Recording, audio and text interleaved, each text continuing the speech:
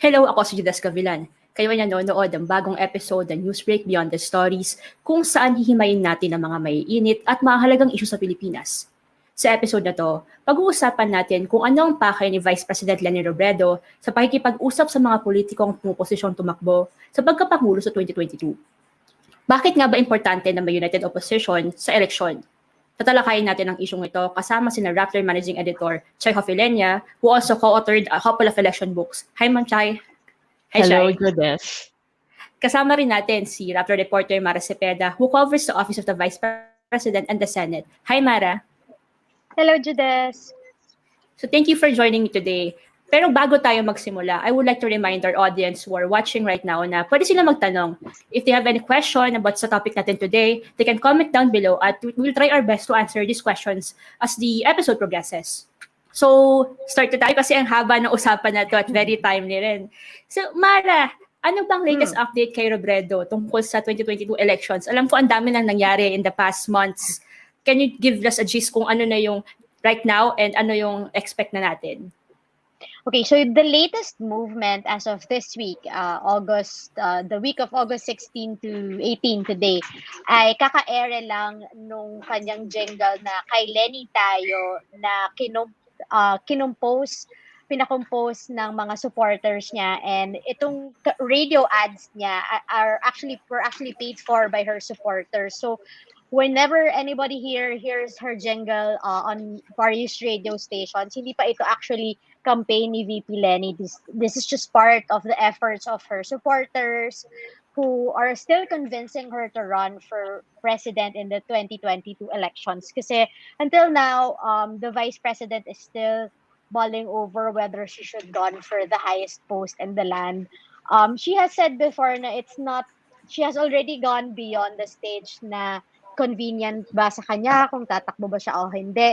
And she also clarified that it's not just the numbers, her low survey numbers, that's hindering her from explicitly announcing or categorically announcing her intention to run for the 2022 elections. Kasi for VP Leni, the primary consideration is to make sure that the same kind of governance under the Duterte administration will no longer continue in the 2022 election. So yung kanyang thinking, if that is the main goal, then the person that the opposition should be fielding, una, it has to be one person. And number two, that one person should have a fighting chance. That's why she is entertaining the possibility that that person may not be her, even if she might be the most qualified presidential candidate given her track record in the office of the vice president. Kasi she knows that the numbers are against her, and she knows that a lot of Filipinos do not know about the good things that she has done. And we can root that from the attacks that the president himself, President Rodrigo Duterte himself, has been throwing against her. And we know that this government is very good in shaping the narrative online. They control all communication channels. So whatever they say about Robredo, whenever, for example, the president speaks about Robredo, always in the context na wala namang ginawa yan, or ang ginawa niya lang ay mag-criticize, yun yung mas umaabot sa mga tao. So these are the considerations of the vice president. So she has still not decided. She said that actually she's giving herself until the week of the filing of candidacies in October to decide. So but she said if she would be able to make a decision by September, then she would be able to do that. Yun. Nandun pa lang siya sa pag-iisip, discernment process for the VP Leni. Pero Chay, ito bang mga considerations ni VP Leni ay normal ba ito for anyone who are given or being seen as a potential candidate? Ano ba yung usual points na kino-consider ng mga official or individuals na gustong tumakbo for them to announce their desire to run publicly? Are they looking at numbers or may mga iba ba silang factors na closely binabantayan? Yes, for sure, numbers, isa yan, mahalaga yan. Laging nakatutok sa surveys, ano ba yung latest survey, tinitingnan nila yung trends, pataas ba nung ginawa ko to, tumaas ba o bumaba ako. So, isang factor talaga ang numbers. Pangalawa, timing. Kasi kung masyadong maaga ang pag-anunsyo na tatakbo, minsan nagiging magnet for attacks. And nakita natin to even in the past, in the past elections. Halimbawa, nung alala ko nung 2010, si Villar, maaga siyang nag-anunsyo, natatakbo siya. And right away, naging ano siya, na-criticize siya at naging target siya for attacks and bumaba. Nag-reflect yun dun sa survey numbers niya. Bagsak siya.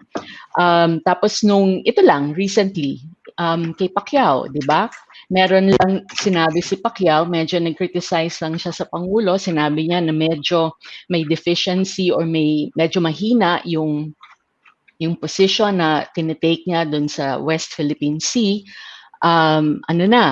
Tinira na rin siya ni Pangulong Duterte, and yet magkasama sila sa PDP laban, di ba? And ang kinalabasan, parang inaasahan na baka maa-oust si Pacquiao from the party. Tapos si Isko, siya ang pinaka latest na victim, no? Parang meron yatang sinabi si Isko na na tulog ng tulog si Pangulo. So hindi natuwa ang Pangulo doon. So ano ang naging reaction? Ayan, naglabas ng mga sexy photos niya, di ba? So yung timing talagang mahalaga rin yan. So yung kay Leni, I think yun din yung pinaka-iingatan niya at binabantayan. Tapos pangatlo, two more things siguro, yung funding din. Kung masyadong magtatagal, mauunahan ka ng iba.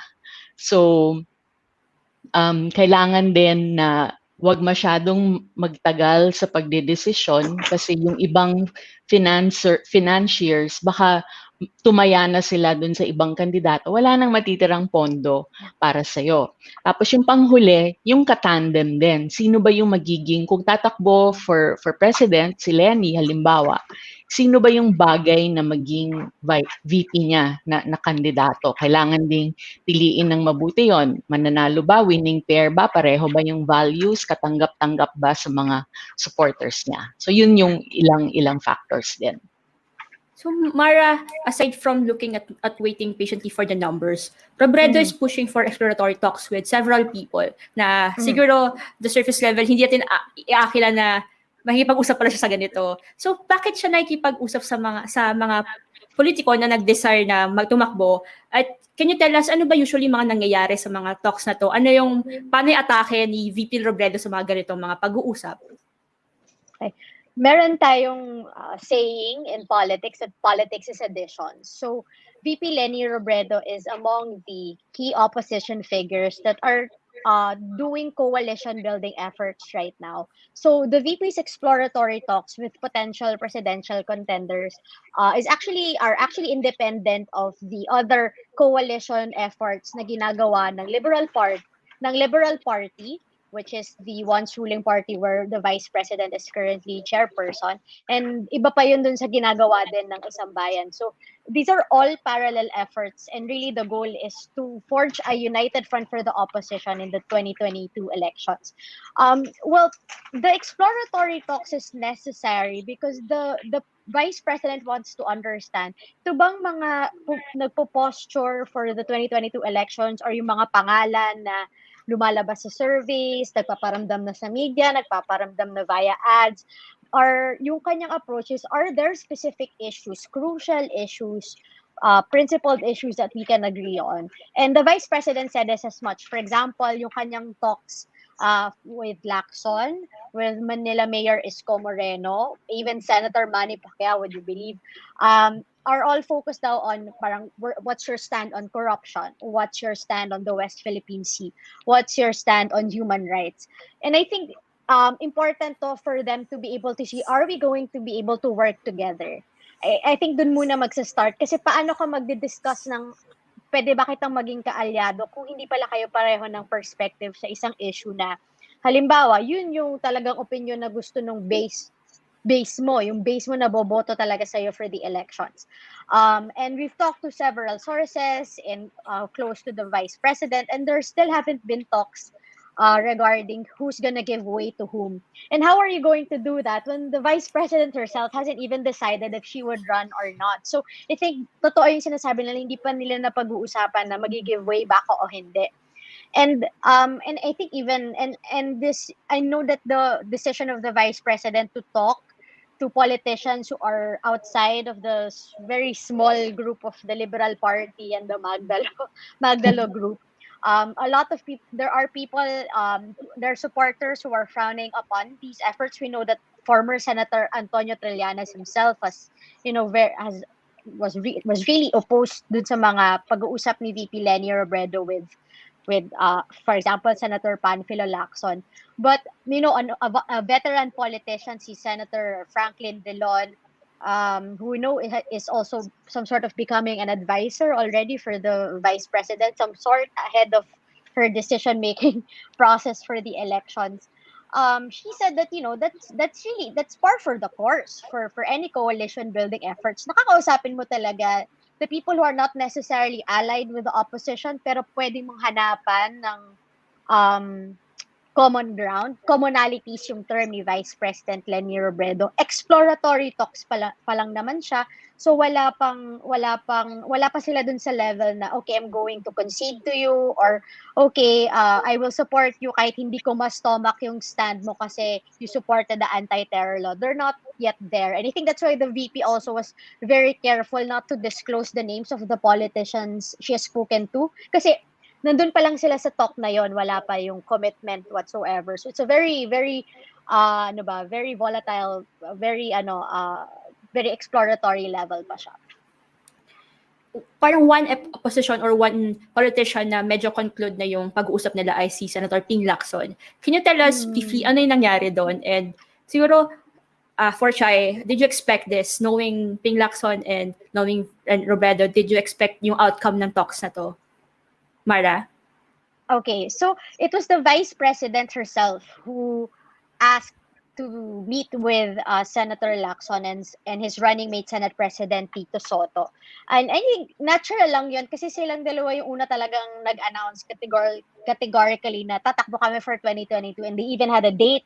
They had to postpone it just when the ECQ was reimposed in Metro Manila. And at that meeting, when Senator Lacson found out that Vice President Leni wanted to meet him, he offered this unification formula, and his suggestion was for all of the potential standard bearers for the opposition, whether they are hardcore, whether they are talagang opposition figures against Duterte, or whether they are just oppositionist, meaning there are certain policies of the Duterte government that they criticize. There are some na parang tinotolerate lang nila. Everyone who wants to run for president should file their candidacies, and then they're going to agree on a certain date during the campaign period, and then by that date, kung sino man yung pinaka perform best sa surveys, siya na yung magiging opposition standard bearer, then everybody else will withdraw their candidacy. So hindi ito nagustuhan ni VP Leni because her argument is that if I am going to file my candidacy, ayaw niya na, hindi paasa si VP Leni, sabi hindi siya magiging paasa. Para pag nag-file na ako ng candidacy, I'm supposed to be all in. Kasi pagka tumaya na ako, tataya na rin sa akin yung mga supporters ko. And we know that a lot of work ang binibigay ng mga campaign supporters, campaign volunteers. And ayaw naman niya na ili-lead on niya na parang nag-file na ako tapos biglang knowing na I would withdraw later on. For Senator Lacson naman, it actually caused a backlash against him and Senate President Tito Soto because there are people saying that ginawa niyo yung proposal na yan kasi lolokohin niyo si VP Leni, yan yung magiging agreement. And then by the time the campaign period is in full swing, they're doubting the sincerity of Senator Lacson na kaya mo bang mag-withdraw when it eventually lalabas hindi ikaw yung mataas yung survey, hindi ikaw yung survey frontrunner, for example. Ang contention naman ni Senator Ping was that it was a sincere suggestion on his part, and hindi wala siya, and ang argument niya hindi naman wala siyang ganong underlying motive against the vice president. And actually in the face of these criticisms, nag-thank you pa siya dun sa effort ni VP to meet with him, and kumbaga sabi niya, it's just unfortunate that she just rejected it outright. May perspective si Ateneo Political Science Professor Melay Abao. She said na baka dapat hindi outright ni-reject ni VP Leni, baka dapat mas nag-exploratory talks pa sila na ano bang, okay, kung iyan yung suggestion ni Senator Ping, then maybe we can discuss the specific parameters. And then she said maybe we can also, the candidates can also do parang a public covenant. Parang in a way, meron silang pangahawakan na document na talagang na ito yung agreement natin, magwi-withdraw tayo pagka itong si candidate B pala yung pinaka-winnable sa ating lahat. So VP says open pa rin siya sa talks, pero at this point medyo malabo na siya, right? Pero Chay, this formula na Lacson came out with, is this, nabigla ka ba dito or may pinanghuhugutan na tong formula, itong atake na gustong mangyari ni Senator Lacson?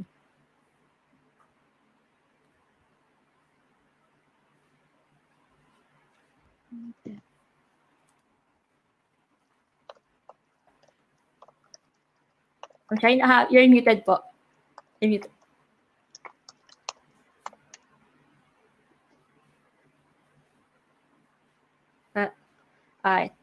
So I think Chay is still muted.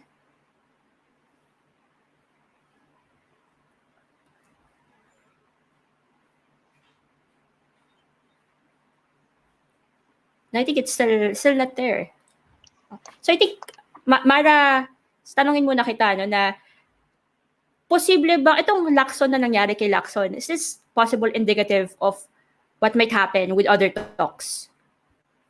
Oh yes, kasi when we're talking about the presidential elections, we're talking about the ambitions of political figures in the country. At mag-aambisyon ka lang kung tingin mo may K ka or may chance ka if you have a shot at Malacanang. So you probably have supporters, you probably have some machinery of some sort, or maybe you have some business tycoons already promising to back your campaign. And so I think what's dangerous about the proposal of Senator Ping is that it might be hard to ensure to get the commitment of the other candidates that they will withdraw. Kasi, in past elections, diba, yung front runner at this time, hindi siya necessarily yung mananalo in the end. Like President Rodrigo Duterte wasn't even a survey front runner until just a few weeks before the May 2016 elections. So I think baka hindi sila magbaback out na parang, okay, pwedeng third ako ngayon, pero maybe in a month I'll be second, and then in 2 weeks I'll be the first. So ba't ako magbaback out? So feeling ko yun yung danger sa proposal ni Senator Lacson. Okay. Let's go back to Chay, kung okay na yung mic niya. Ano yung surprise ka ba sa framework na ito ni Senator Lacson na biglang may ganyan na parang theatrics na file lahat, then mag-withdraw ang mga hindi maganda ang survey numbers? Did you expect this na? Actually, ano yun parang yung isang take dyan is gusto talagang i-secure si Tito Soto as VP candidate. Kasi nga, yung numbers ni Ping hindi ganun kataas at hindi pa rin tumaas. I think yung kay Leni medyo nag-double digit na siya pero itong si Ping single digit pa rin. So parang how can you negotiate from a position of strength, 'di ba? Parang wala pero yung ganitong klaseng backdoor negotiations, itong mga ganitong deal making, natural na ginagawa talaga ng mga politiko at mga partido.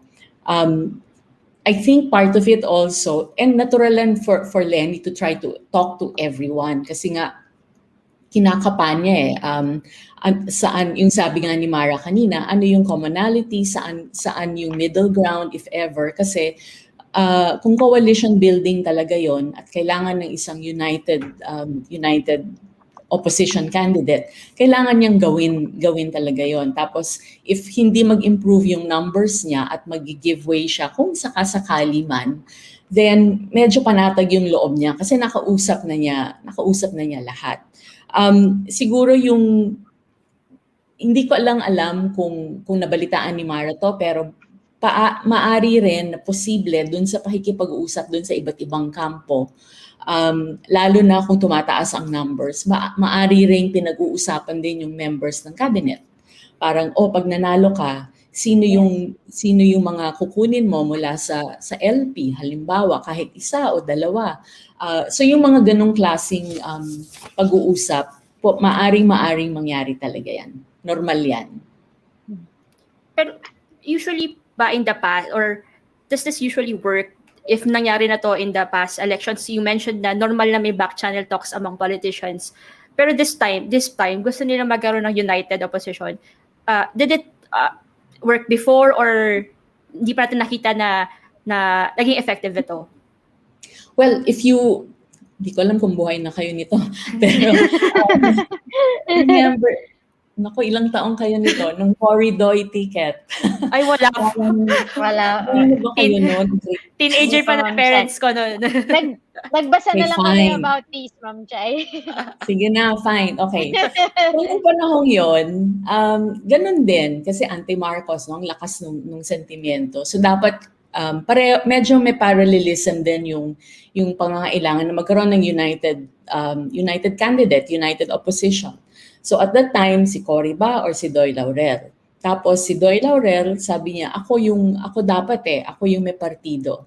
Tapos, nag-decide, sige, I will give way to Cory, pero merong deal. Dapat at some point, magsi-step down si Cory, tapos si Doy will become the president. Pero hindi nangyari yon. Nanatili siya na vice president, tapos foreign secretary. So, may ganon. Pero nanalo si Cory noon. Ngayon, in the more recent elections naman, naalala nyo nung 2010, dapat si Mar yung tatakbo, di ba? But history was not kind to Mar. So, namatay si Cory, so kinailangan na si Noynoy ang tumakbo. So, nag-give way si Mar kasi nga, sino ba yung makakalaban? Medyo malakas din yung kalaban. Although, rin yon, ascendant talaga si Pinoy because of Cory.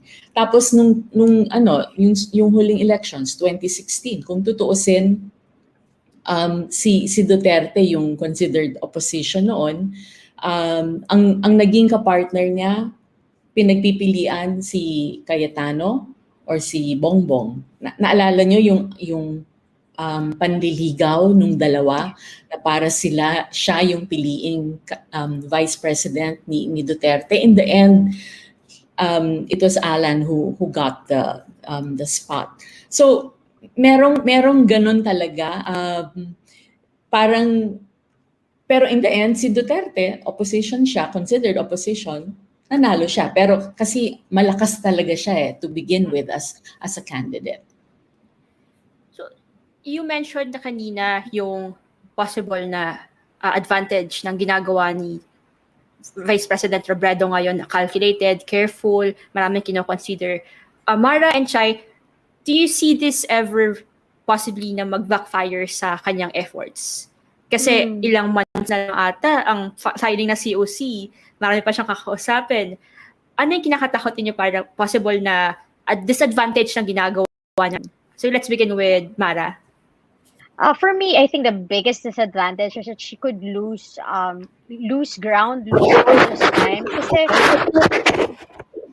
Kasi the vice president is working. Meron atang echo. Ayan, na. So I think what the worst case scenario is that, okay, the vice president will declare that she will run for president, but she's losing precious time kasi if she's more decided, then perhaps there's more active effort on her part, not just on her supporters, to really try to rally the forces, rally the troops on the ground, at least of what's left of the Liberal Party, and and to rally yung mga chapters ng Liberal Party na recently they're able to form despite the attacks and the threats against the party. There's also yung katulad nung sinabi ni Chai kanina na she might lose potential donors. So we've been told that there are there are possible funders already who have approached the emissaries of VP Leni, but um, but then all they can say is that she has not decided yet. Ultimately, pupunta yung tanong, tatakbo ba? And all they can say is, we don't know yet. So some of them would supposedly tell them, okay, just get back to me when she has decided. Well, we know naman kasi a lot of the business tycoons in the Philippines, ano sila they bet on a lot of horses during the elections. That's part of also their survival. That's part of their survival also as businessmen. Pero, syempre, mas magbubuho sila dun sa kandidato na mas tumataas.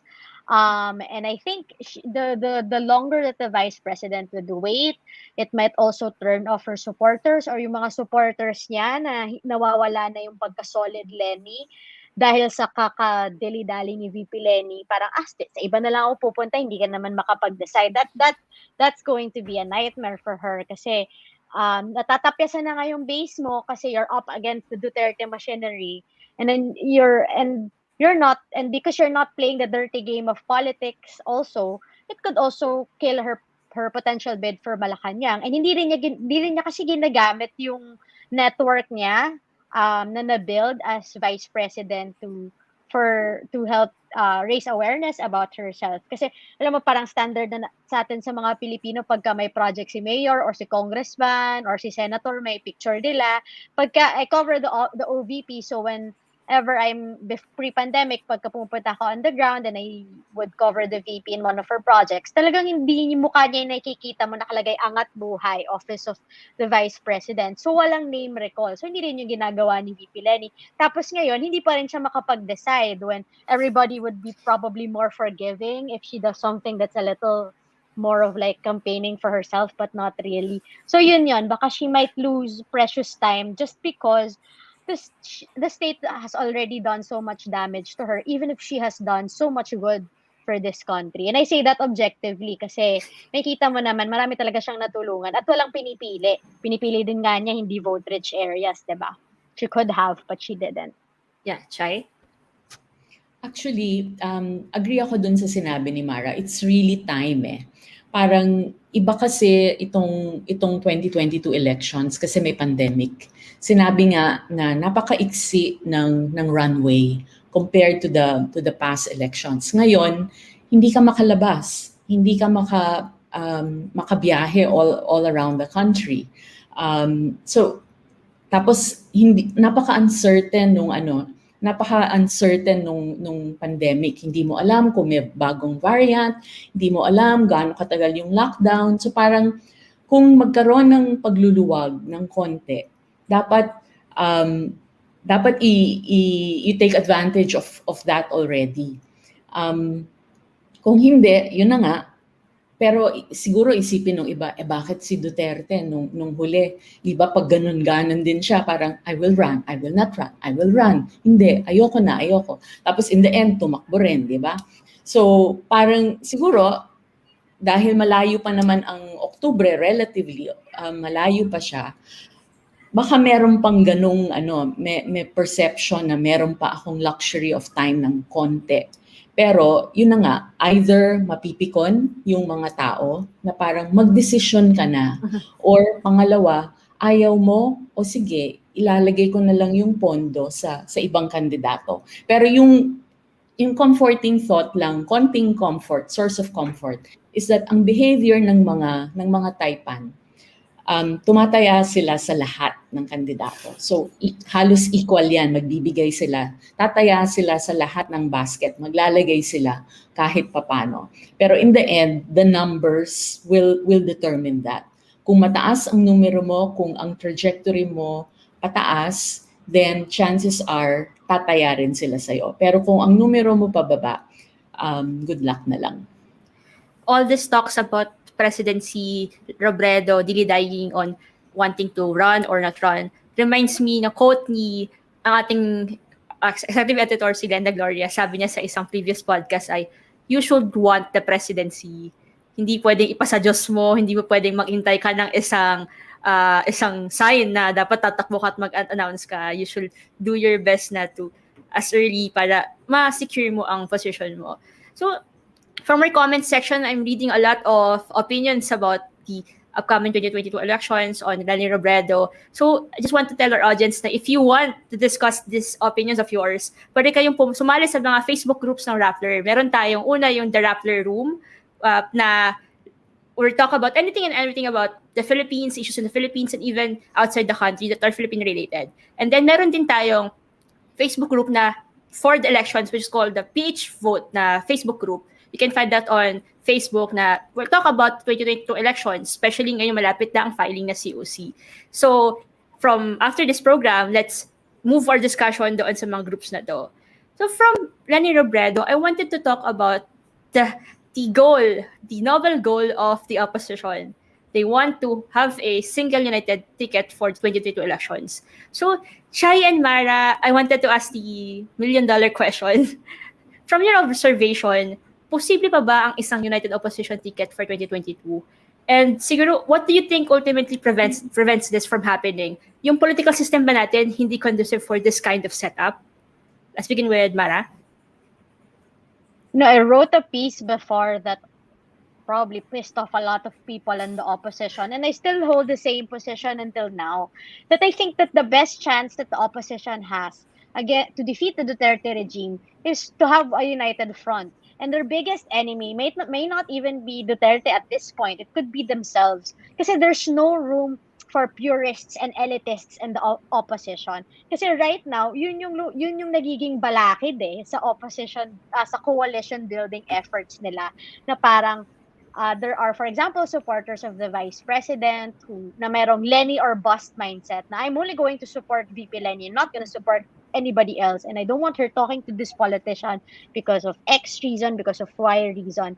And even if some of those arguments are valid, for example, some of the potential candidates that the VP has spoken to do not have a respect for the rights of the LGBTQ plus A community, but or some have co-championed the anti-terror law. But feeling ko kasi detrimental to the effort to unite the opposition. Kung sa simula pa lang ng usapan, isasara mo na yung pinto. I think it's still possible, but the vice president herself has repeatedly called on her supporters and the rest of the opposition to be open to, widening the tent. And widening the tent may mean sitting down with people who probably doesn't share the ideology, who you probably disagree with for over several issues. But if you can agree on one fundamental issue, for example, and that fundamental issue is that the Philippines cannot go through another 6 years of Duterte kind of governance, then pwede siguro tayo mag-unite over that, right? And then, I'm just a political observer lang naman. I am not a leader of this country. And then when they're able to find that common ground, then maybe they can work out all the other issues. Ang sinasabi nila, we can set those aside. Pero yun yung mahirap. Kasi kapag belief mo na, pinaniniwalaan mo, it's your way of life, and then you're forced to work with someone who has trampled upon those rights, mahirap nga naman talaga. But I think there's still hope. I think they still can. The fact that the people that they believe in, the people who are leading the opposition are doing the very difficult work of trying to unite everybody, even if it's hard. Feeling ko there's still hope. Kasi, we really can't. We really can't survive another 6 years of a Duterte. We cannot survive another 6 years of a kind of politician who would enable the kind of abuses that Duterte has done. And if that would take sitting down with people who weren't really opposition figures against Duterte in the beginning, then so be it. Kailangan nating, maybe that's a hard pill to swallow, but if that means we would be able to introduce reforms to the country that Duterte has destroyed these past 6 years, then baka pwede naman tayong magkaisa kahit papaano. Chai? Actually, kung titingnan mo, ang question naman for 2022 is a choice between continuity. Ipapagpatuloy ba yung ginagawa ni Duterte ngayon, yung nararanasan nating kagalingan during this pandemic? Kaya pa ba natin yon? So, sige, pagpatuloy natin yon. Or magkaroon ng pagbabago, parang change or magkaroon ng shift ng polisiya. Tapos if you look at the ano ba yung major issues na lagi nating pinag-uusapan sa under this administration? EJK, human rights, corruption. Yung corruption ngayon lumalabas na. Nung nagsimula ang administrasyong Duterte, nung bago siyang Pangulo, sabi niya, any whiff or whisper of corruption and you're out. Pero ngayon, hindi lang whiff and whisper eh. Parang sigaw na eh, pero ano pa rin, di ba? Wala, deadma pa rin. So, yan, lumalabas ngayon, umaalingasaw ngayon ang corruption. Tapos, yung tanong din about China and human rights. Parang ipapagpatuloy ba natin, status quo ba tayo for dun sa susunod na magiging Pangulo, or we put a stop to this and choose somebody else. So, yun, continuity or change. Tapos, kung titingnan natin yung mga pagpipilian, sabi nila, the smaller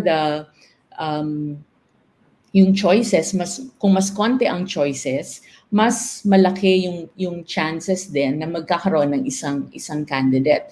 If it's going to be a 4 or 5 a 5-way fight, mahirap. Pero if you look at naman the surveys, parang ang malakas so far consistently si Sara, syempre si Isko, malakas pa rin siya. Si Pacquiao, parang nasa number 3 or number 4. Alam nyo, yung kailangan nating bantayan, si Bongbong Marcos. Kasi medyo tahimik siya. But if magkaroon ng alyansa si Sara at si Bongbong, imagine, that's north and south. Ang lakas nun, ha? So parang kung i-anticipate mo yon, kung ikaw ang opposition, mas ramdam mo yung urgency na hindi pwedeng 3 tayo or 2 tayo, dapat iisa lang kasi napakalakas ng kalaban. So if that's not compulsion enough, if that's not pressure enough, yun, matatalo talaga ang opposition. And Chai, you wrote 2 books on the elections. First is the How to Win an Election, Lessons from the Experts. And second is Ambition, Destiny, and Victory, Stories from a Presidential Election. So, hingi tayo na konting insights from those 2 books without divulging much, no? Pero kasi gusto dapat hanapin nila yung mga libro para basahin nila. Pero ano yung vital na dapat gawin nila in the coming months? By nila, I mean the opposition or those who are against the Duterte administration or whoever candidate the administration will back up. Ano yung dapat gawin nila in the coming months leading to the filing of COCs para ma-achieve itong gusto nilang ma-achieve? For example, gusto nila ng solid na lineup or isang united opposition. Ano yung key things na dapat nila consider or i-achieve in the coming, I think, less than 2 months? Sige, siguro bago yung what are the practical things that they have to do. Parang among themselves, kailangan talaga mag-build ng trust, yung confidence building measures. So yung ginagawa ni Leni ngayon na going around and talking, opening doors, and lahat sila nag-uusap, that's a good sign. Kasi kahit papano, bukas sila na kung sino yung malakas, yun yung dapat na tumakbo. Tapos dapat siguro malinaw din, ano yung non-negotiables, ano yung so on the other extreme, ano yung non-negotiables, tapos yung gitna, ano yung possible compromises that we could strike among ourselves. Ngayon, kung malinaw na yon, tapos defined na rin yung agenda, mahalaga yon kasi kung watak-watak, hindi magkakaroon ng central message. Si Duterte, kaya siya nanalo nun, ang lakas-lakas niya on social media, ginamit niya ang social media when all the rest of the candidates did not pay attention to the influence and power of social media. Ngayon, lalo na pandemic, lahat mag-aagawan ng slots on social media.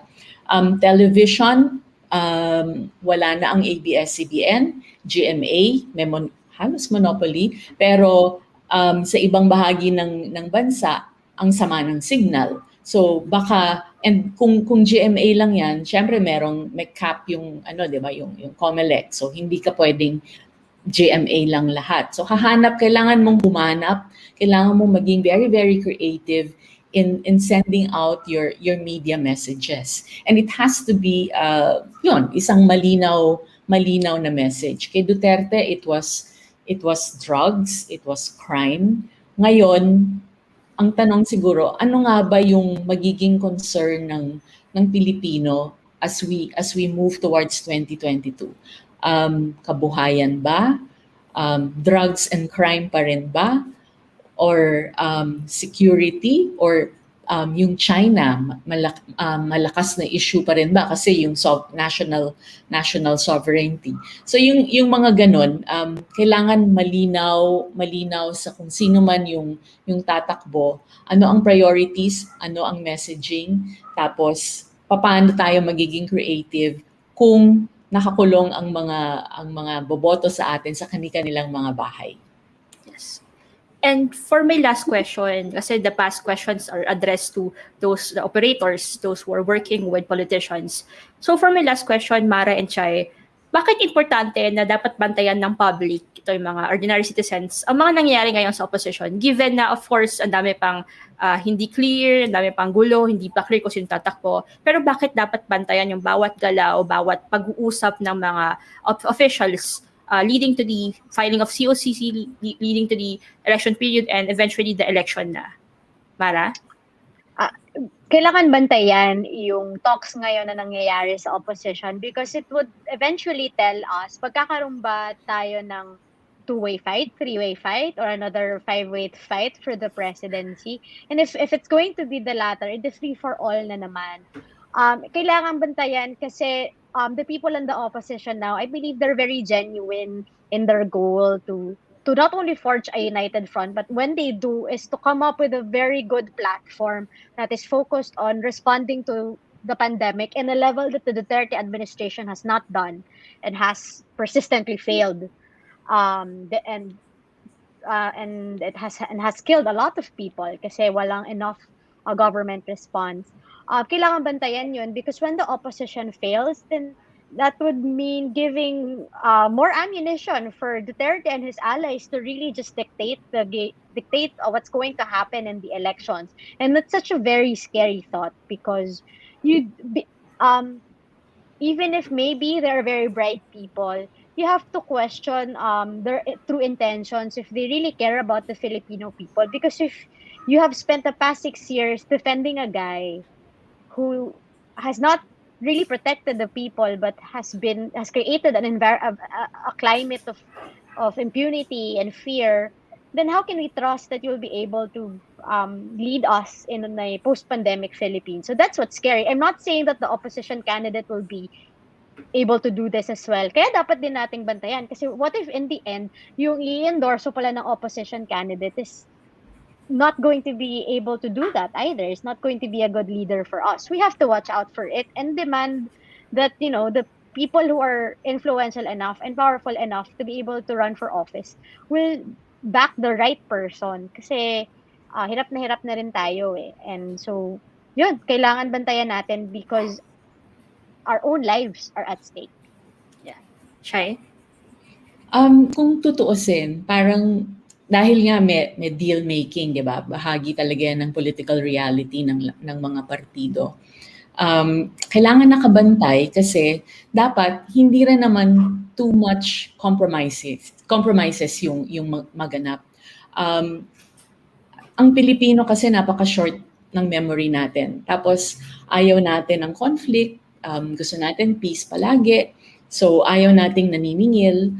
Pero minsan kailangan mo ng tough love.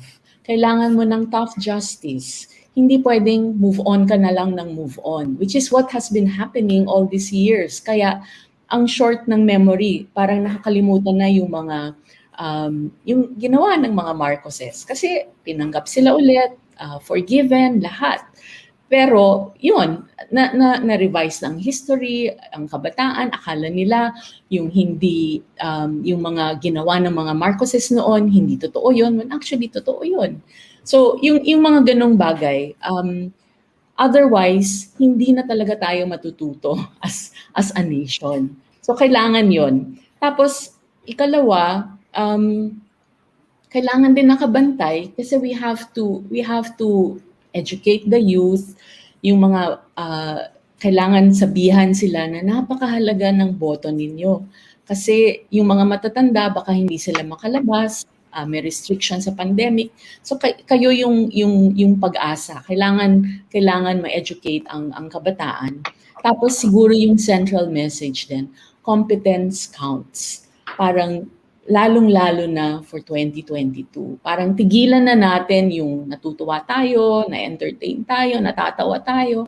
It will not save us. Unti-unti tayong mamamatay lahat if we will not put sufficient importance and give priority to competence. Yes. So that's a lot to take in, but a lot na maraming nilalayan natin the coming weeks, coming months as we watch kung ano yung mga developments sa mga kampo parating ng filing na COC.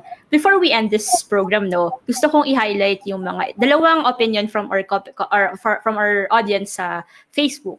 Sabi ni Brian Vargas, for him, unang pamantayan dapat yung galit sa korupsyon at hindi galit sa COA. So, very timely. Dapat importante nga yun. So, agree ako dyan, Brian. And next naman ay si Ryan Hapa. This is about the Vice President. Sabi niya, si Leni Robredo ay VP na for 6 years. Pangalawa sa pinakamataas. Pero tinalo pa ni Pacquiao at Isko sa rankings. May problema sa strategy ng camp ni Leni.